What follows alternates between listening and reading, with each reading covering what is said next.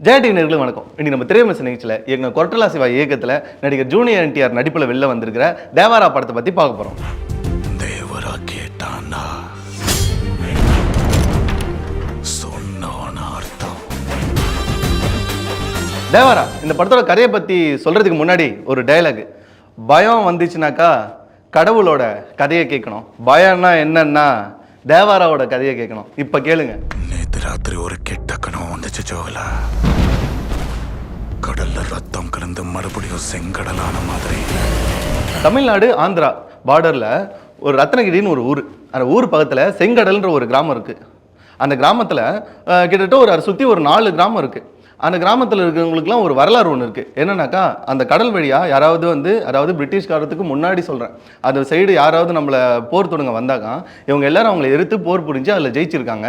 அந்த கடல்லே ஒரு ரத்த கலரி ஆயிருக்கு அப்படின்னு சொல்லுவாங்க. அதனால தான் அது செங்கடல் அப்படின்னு ஒரு பேர் வந்திருக்கு அப்படின்னு அதுக்கு ஒரு வரலாறு இருக்குது. இப்போ அதுக்கப்புறம் காலகட்டத்தில் பிரிட்டிஷ் ஆட்சி காலம்லாம் முடிஞ்சு சுதந்திரம்லாம் கிடச்சதுக்கப்புறம் அந்த ஊரில் யாருக்கும் பெருசாக வேலை இல்லை, எல்லாரும் வறுமையில் இருக்கிறாங்க அப்படின்னும் போது இதை பயன்படுத்திக்கிட்ட அந்த ஊரில் இருக்கிற அரசியல்வாதியும் ஒரு போலீஸும் சேர்ந்து நடுக்கடலில் ஒரு கப்பல் ஒன்று இருக்குது. அந்த கப்பலில் கண்டெய்னர்ஸ்லாம் இருக்குது. அது எல்லாத்தையும் எங்களுக்கு திருடி கொடுத்தீங்கன்னாக்கா நான் உங்களுக்கு நீங்கள் எதிர்பார்க்கறத விட நிறையா காசு தரேன் அப்படின்னு சொல்லி அவங்க கிட்ட சொல்கிறாங்க. அப்போது அந்த 4 ஊரில் அந்த 4 கிராமத்தில் இருக்க ஒவ்வொரு தலைங்களும் சேர்ந்து இவங்க எல்லாரும் அதை கொள்ளடிக்கிறது போகிறாங்க. கொள்ளடிச்சுட்டு தான் கொடுக்குறாங்க. இப்படியே ரெகுலராக பண்ணிட்டு இருக்கும்போது ஒரு கட்டத்தில் ஹீரோக்கு தெரிஞ்சிருது அதுக்குள்ளே நிறையா வெப்பன்ஸ் அதிகமாக இருக்குது, பாம்லாம் நிறையா இருக்குது, அதை வச்சு நம்ம ஊரை நாசம் பண்ணிட்டு இருக்காங்க, இது ஆயுதங்கள்லாம் எல்லாத்தையும் எடுத்துகிட்டு வர்றதுக்கான வழியே இதுதான், இனிமேல் நான் இந்த தொழிலை பண்ண மாட்டேன்னு சொல்லிட்டு வில்லனுங்களுக்கு எதிராக அவர் நிற்கிறாரு. இப்போது மற்ற ஊருக்காரங்க இருக்காங்களே, மீதி ஒரு 2-3 ஊருக்காரங்க, அவங்க எல்லாரும் சேர்ந்து வில்லனுக்கு ஆதரவாக போயிடுறாங்க. இல்லை எங்களுக்கு இந்த தொழில் தான் பிடிச்சிருக்கு, நாங்கள் இதை தான் பண்ணுவோம், எங்களுக்கு பணம் தான் முக்கியம், நீ சொல்கிறதான் கேட்க மாட்டேன் அப்படின்னு சொல்லிட்டு ஹீரோவே எதுக்க ஆரம்பிச்சிடறாங்க. அதுக்கப்புறம் ஹீரோ என்ன பண்ணுறாருன்னா இவங்க எல்லாரையும் எதிர்த்து நின்று யாராவது கடலுக்கு போயிட்டு யாராவது கொள்ளடிக்கிறது போனீங்கன்னா ஒருத்தனை விட மாட்டேன், எல்லாரையும் நான் கொண்டுருவேன்னு சொல்லிட்டு அவங்களுக்கு எதிராக இவர் நிற்கிறாரு. இப்போது இவரை தாண்டி யார் கொள்ளடிக்க போகிறாங்க, இல்லை இவங்க எல்லாரும் மாற போகிறாங்களா, இவர் சொல்கிற மாதிரி இவர் பேச்சை கேட்டுட்டு திருந்த போகிறாங்களா, இல்லை இவரையே கொண்டுட்டு அவங்க கொள்ளடிக்க போகிறாங்களா அப்படிங்கிறது தான் இந்த படத்தோட மீதி கதையே. போட்டியில கலந்துக்க போறியா என்ன? என்ன பேசுறானே, கொன்னப்படுவாங்க என்ன? அவனுக்கு அவங்க அப்பா உருவம் வந்திருக்கே தவிர அவர் வீரம் வரல. ஃபர்ஸ்ட் ஹாஃப் பார்த்தீங்கன்னா 1.5 மணி நேரம், படத்தோட செகண்ட் ஹாஃப் 1.25 மணி நேரம் வச்சு செஞ்சுட்டாங்க. கொஞ்சம் நஞ்சம் இல்லைங்க, அந்த அளவுக்கு வெறும் பில்டப் மட்டும்தாங்க இருக்குது. இந்த படம் நம்ம பார்க்கணுன்னாக்கா நம்ம மூளையில் லாஜிக்குன்ற ஒரு விஷயம் ஒன்று இருக்கும்ல, அதை எடுத்து தனியாக போட்டுட்டு உட்காந்து பார்த்தா மட்டும்தான் இந்த படம் உங்களுக்கு புரியும்.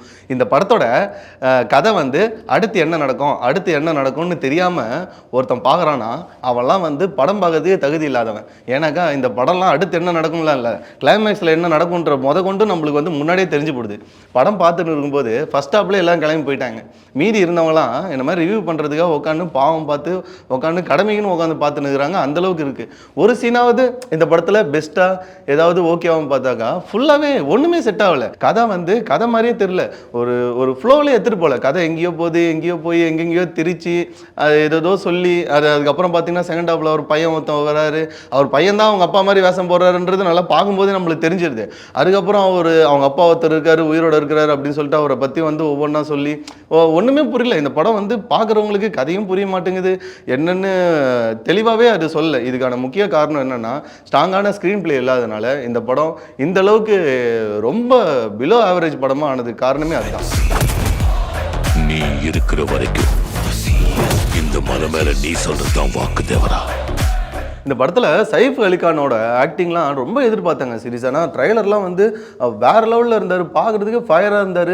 பார்த்தாலே ஒருத்தனை ஒரு 50 பேரை ஈத்து போட்டு அடிக்கிற மாதிரி அந்தளவுக்கு பயங்கரமாக இருந்தார். ஆனால் இந்த படத்தில் அவரோட ஆக்டிங்லாம் ரொம்ப பயமாக பெட்டராக பண்ணியிருக்கலாம். ரொம்ப ஒரு படத்துக்கு வில்லன் தாங்க வெயிட்டு, ஹீரோவை விட வில்லன் செம்மையாக ஒரு பயங்கரமான ஆளாக இருந்தான்னு வச்சிங்களா அந்த படம் கண்டிப்பாக ஹிட் ஆகும். ஆனால் இந்த படத்தில் ஹீரோ தான் பயங்கரமாக இருக்கிறாரு, வில்லனுக்கு கோப்பே கிடையாது. ஹீரோவும் வில்லனும் 2 பேரும் சண்டை சீன் மாதிரி ஒரு சில சீன் தான் இருக்குது. அது சுத்தமாக ஒர்க் அவுட் ஆகலை. சண்டை போடுறாங்க, ரொம்ப நேரம் சண்டை போட்டுனுக்குறாங்க. இதுக்கு ஃபுல்லாக சீன் பை சீன் ரொம்ப லென்த்து, ஹெவி லேகு, ரொம்ப ஒஸ்ட்டாக இருந்துச்சு சீன் எல்லாமே.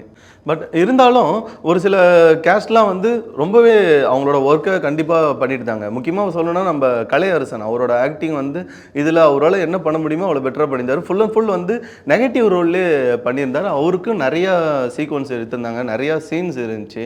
நிறையா மாஸ் டைலாக் இருந்துச்சு, ஆக்ஷன் சீன்ஸ்லாம் அவருக்கு நிறைய வச்சுருந்தாங்க. அது எல்லாமே கொஞ்சம் ஒர்க் அவுட் ஆயிருந்துச்சு. வேலைக்காக போயிருந்தா வேலை முடிஞ்ச உடனே திரும்பி வந்திருப்பான். முரட்டு புடிவானத்துல போயிருக்கா அவனோட பையன். ப்ளஸ்ன்னு சொல்லலான்னு பார்த்தீங்கன்னாக்கா நம்ம அனிருத்தோட மியூசிக் வைஸ் நம்ம சொல்லலாம். படம் பார்க்கும்போது அனிருத்தோட மியூசிக் நல்லா இருந்துச்சு. சாங் பார்த்தீங்கன்னா அந்த தேவாரா சாங் அது ஒன்று மட்டும் தான் கேட்குற மாதிரி இருந்துச்சு. பட் விஷுவலாக பார்க்கும்போது நல்லாவே இல்லை. அந்த படத்துக்கு வந்து இந்த சாங் தேவையே இல்லைங்கிற மாதிரி தான் இருந்துச்சு. இன்ட்ரோ சாங்லாம் ரொம்ப ஒஸ்ட்டாக இருந்துச்சு.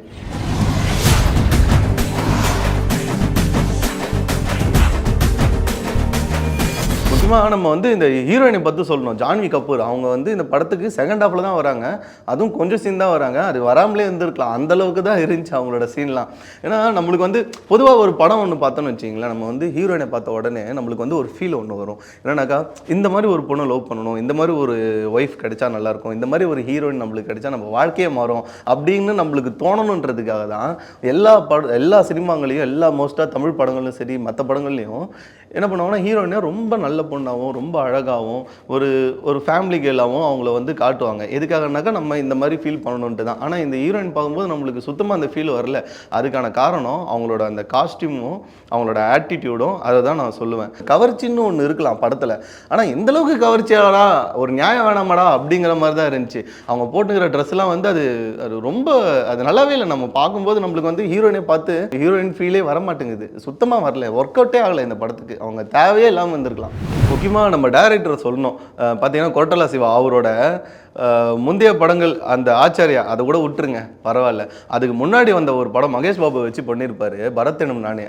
அந்த படம் சூப்பர் ஸ்க்ரீன் பிளேங்க, வேற லெவல் படம். அந்த படம்லாம் வந்து பார்த்தீங்கன்னா தெலுங்குல படம் ரிலீஸ் ஆகி ஒரு 20 நாளுக்கு அப்புறம் தமிழில் இந்த படம் கண்டிப்பாக வேணும், நீங்கள் தமிழில் ரிலீஸ் பண்ணுங்கன்னு சொல்லிட்டு அந்த படத்தை தமிழ் டப்பிங் பண்ணி நம்ம ஊரில் ரிலீஸ் பண்ணி வேற லெவல் ஹிட்டான படம். அப்படி ஒரு ஸ்க்ரீன் பிளே, அப்படிப்பட்ட ஒரு ஸ்டோரி வேற லெவலில் இருக்கும். ஆனால் அதில் ஒரு 20% இந்த படத்தில் இருந்தால் கூட ஓரளவுக்கு நல்ல படமாக இருந்திருக்கும். ஆனால் இந்த படத்தை ஏன் பண்ணாரு, எதுக்கு பண்ணாரு, ஏன் இப்படி பண்ணணுங்கிற மாதிரி இருந்துச்சு.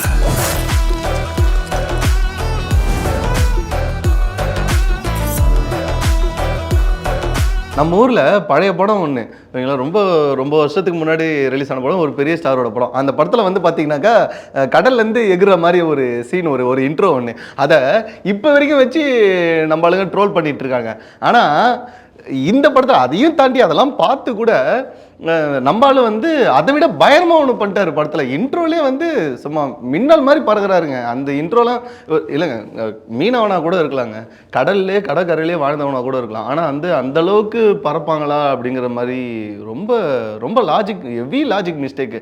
எப்படி தான் இதெல்லாம் வந்து யோசிக்கிறாங்கன்னே தெரில. அதுவும் வந்து கிளைமேக்ஸில் சுறா கூட ட்ராவல் பண்ணுறதுலாம் வேணாங்க, அந்த மாதிரி சுத்தமாக செட்டே ஆகலை படத்துக்கு. இந்த மாதிரியான சீன்லாம் இதெல்லாம் கம்மி பண்ணியிருந்தாங்கன்னா கண்டிப்பாக வந்து இந்த படம் கொஞ்சம் டெவலப் பண்ணி ஒன் டைம் வாட்சபிளாக கூட இருந்திருக்கும். ஏன் வந்து இந்த படத்தை இவ்வளோ சொல்கிறேன்னாக்கா, இந்த மாதிரியான படங்கள்லாம் நெக்ஸ்ட்டு வரக்கூடாது, யாரும் எடுத்துடக்கூடாதுன்றதுக்காக தான் இந்த ரிவ்யூவே.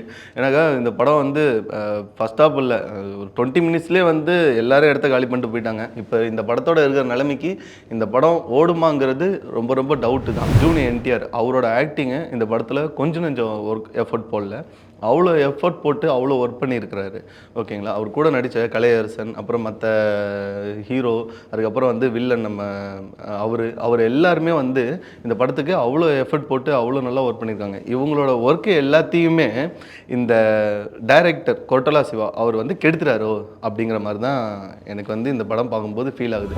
அவங்களுக்கு ஜாதி தெரியாது, மதம் தெரியாது, பயம்னா என்னன்னே தெரியாது. இதில் செகண்ட் பார்ட் ஒன்று லீடு கொடுத்து வச்சுக்கிறாங்க. ஹீரோவோட அவங்க அப்பா அவரும் செத்து போயிட்டாரு ஓகேங்களா.